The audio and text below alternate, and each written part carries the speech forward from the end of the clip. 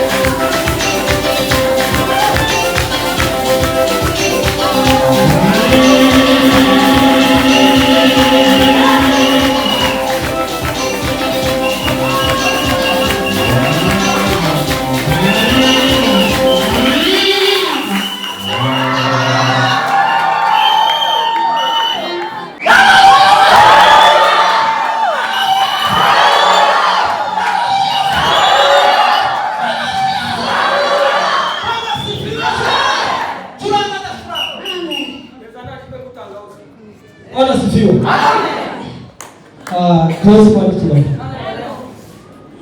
Hallelujah! Bwana sifiwe. Soliste kabe gatoya ariko ucuranga neza. Gabanya izo ngoma hano ko turuvusha kunta.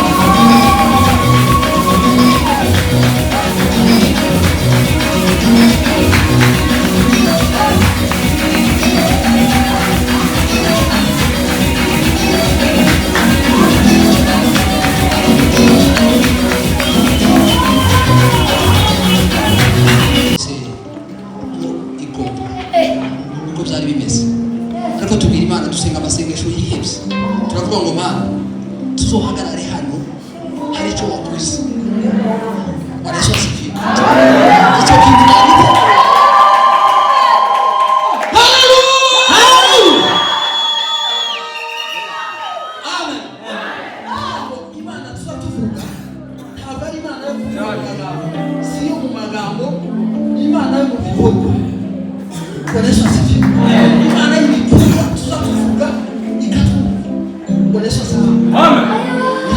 Hallelujah.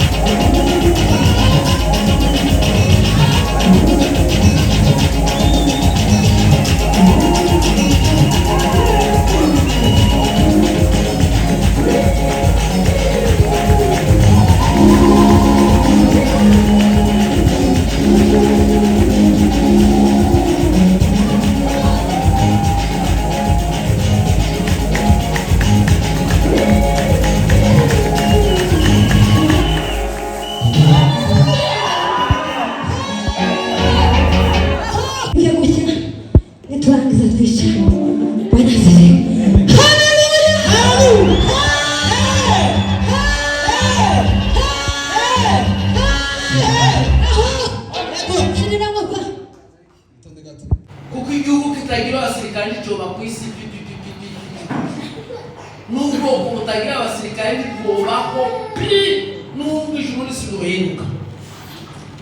Rero iyo haba musukumo ya injiri hazabigirwa gusa ufite ibibazo mu rugo utogasize, ariko kubera kuko ari ikintu cy'Imana yashize mu mutima wawe ukabisiga, kandi biriya ngo abasize bose bakangurikira nibo bazahemba. None rero bikaboneka ari ibintu bikomeye. Turiga ijambo ry'Imana, Imana yashatse ko muri kino gihe rivugwa kugira ngo abantu baryumve kandi baryiteho. Ijambo twiga nabivuze kuva kare, ibitabo biri muri Bibiliya ni ibitabo 66. Harimo ibitabo Musa yanditse z'amategeko cyangwa se biyobora Abisirayeli muri icyo gihe 5. Hakaba ibitabo Imana yaza yerekana yonyine ku ngoma z'abami 12. Hakaba ibitabo 6 baza bita ngo ni Zaburi, kuvuga ngo Zaburi ni ukuvuga ngo ibirondo, ni ukuvuga ngo indirimbo z'amazamuka bereje. N'ubu nyine usomye mu Efeso igice cya 5 n'umurongo wa 18 haravuga ngo muririmbe Zaburi, ngo muririmbe ibihimbano by'umwuka. Kuvuga ibirondo mu ikanisa biremewe pe, ikanisa ry'Imana riri mu kugenda rigakurikiza ibiyobowe n'amadini, ariko ntibikurikize uko Imana yavuze. Tugiye gukurikiza Bibiliya ni ngombwa ngo nidushika mu ikanisa bamwe bavuga ibirondo, bavuga ivyo Imana yakoze, bavuga bahembuwe bapfuye, bavuga baburaye baragaburirwa, bavuga n'ibintu byinshi Imana imaze gukora kuva aho twayemereye n'abambere babonye birenze. Bikaba ibitabo cya Yubu na Zaburi n'imigani n'umubwiriza n'indirimbo ya Salomo n'amahoborezo. Izo bitabo zitwa ko ari ibitabo by'ibirondo. Hakaza ibitabo 4 bikomeye kurusha ibindi, ni ibitabo by'abahanuzi. Ariko abahanuzi b'abagabo bari nkatwe namwe, barwaraga rubutura, banashirwaga n'abagore, bahuraga n'ibibazo nk'ibiriho, batangaga ibitoro, bahuraga n'amatatizo mbalimbali. Ni Yeremiya na Yesaya na Ezekieli na Danieli. Hakaza abandi ngo ni manabii wadogo, nitwa tutabo twishi twa Musa twa Habaye twande twishi nabo tuvuga nitabamusi. Hakaza kuza ibifuka ibitabo bihumisi, ibitabo bigereranywa na za bizima 4 biri ku ntebe y'Imana. Bibiri zivuga ngo Yohana agiye kubona ngo abone ibizima 4, ngo kimwe cyasaga n'intare, ngo ikindi cyasaga n'inga, ngo ikindi cyasaga n'umuntu, ngo ikindi ngo cyari nk'intare. Noneho injiri ya Matayo imuvuga Yesu nk'intare, kumwamuteye ubwoba nk'intare. Injiri ya Mariko imuvuga nk'umukozi w'umuhanga. Icyo gihe muri Palestina hahingaga inka, nizo zahingiraga abantu, nizo zikoreraga imizigo, nizo zasehaga amabiri.